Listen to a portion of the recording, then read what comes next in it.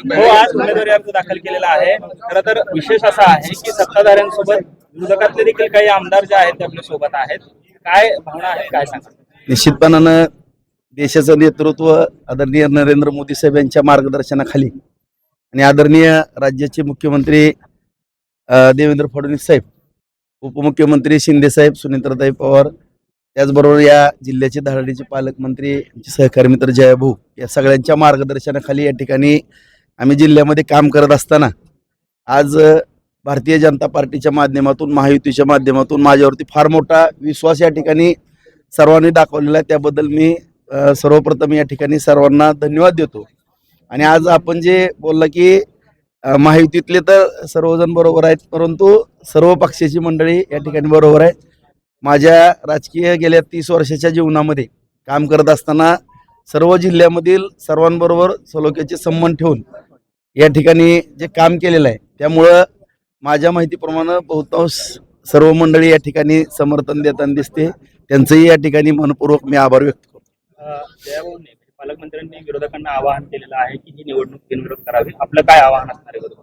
निश्चितपणानं सगळा वेळ वगैरे सगळ्याच गोष्टी वाचतील. लोकशाहीच्या माध्यमातून निवडणुका होणं हे क्रमप्राप्त असतं, परंतु या ठिकाणी सर्वांनी जर ती भावना व्यक्त केली तर त्यामध्ये आनंदच असणार आहे.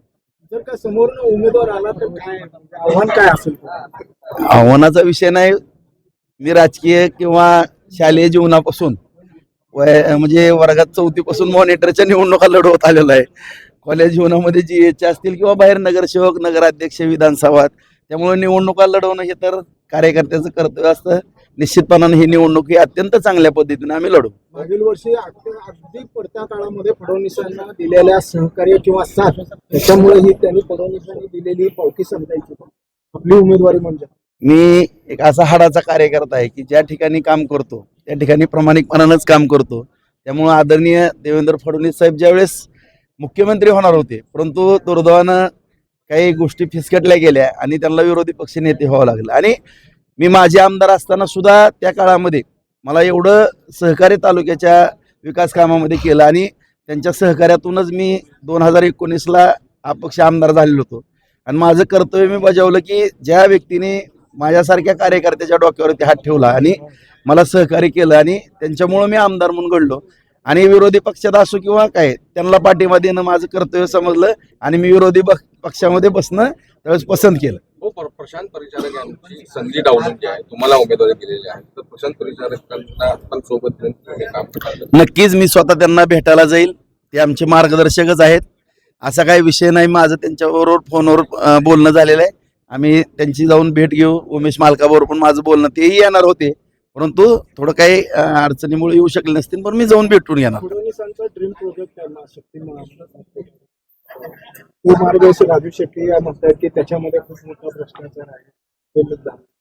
नेमकं काय ह्याच्यावर आता काय तुम्ही? नाही, विषय असा आहे की मी शेतकरी म्हणून पण, एक उद्योजक म्हणून पण, सामाजिक कार्यकर्ता म्हणून पण आदरणीय शेट्टी साहेबांना पण नम्रपणे सांगू इच्छितो की आपण ज्या डेव्हलपमेंट आहेत, मग रस्ते असतील, रेल्वे असतील किंवा विमान वाहतुकीचा विषय, आपण सगळेजण पाहतो की आज सोलापूरला विमान वाहतूक चालू करा म्हणून सगळ्यांची मागणी होती.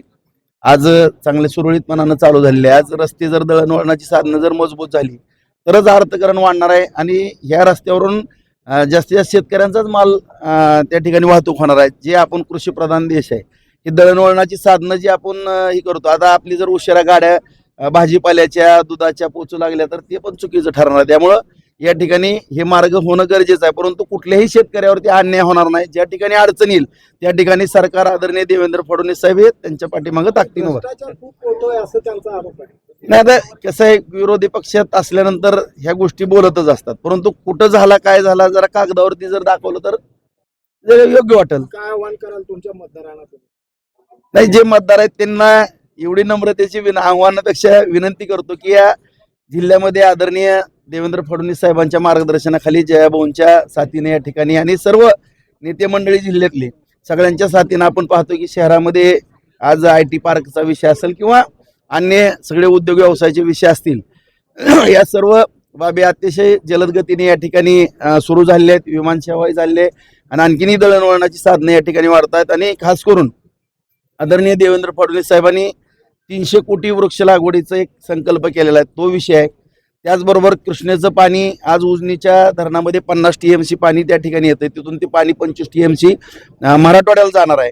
आणि ह्या सर्व गोष्टी या ठिकाणी करत असताना आणि खास करून मी साहेबांना एक विनंती केली होती की 2006 ते 2007च्या कालावधीमध्ये उजनी धरणातलं गाळ काढा. आणि मी नाही, असंख्य नेते मंडळी, मामा असतील, सर आहे, तिथं सगळे जेवढेही या जिल्ह्यातले आजी माजी आमदार, प्रत्येकांची भावना होती की जर तो गाळ काढला तर 20-25 TMC पाणी वाढेल. तेही साहेबांनी आज अंतिम टप्प्यामध्ये आलेला आहे, तोही गाळ निघाला. अशा पद्धतीनं पाण्याची उपलब्धता वाढणार आहे, दळणवळण या ठिकाणी चांगल्या पद्धतीने होणार आहे, विमानसेवा होते, IT पार्क होते.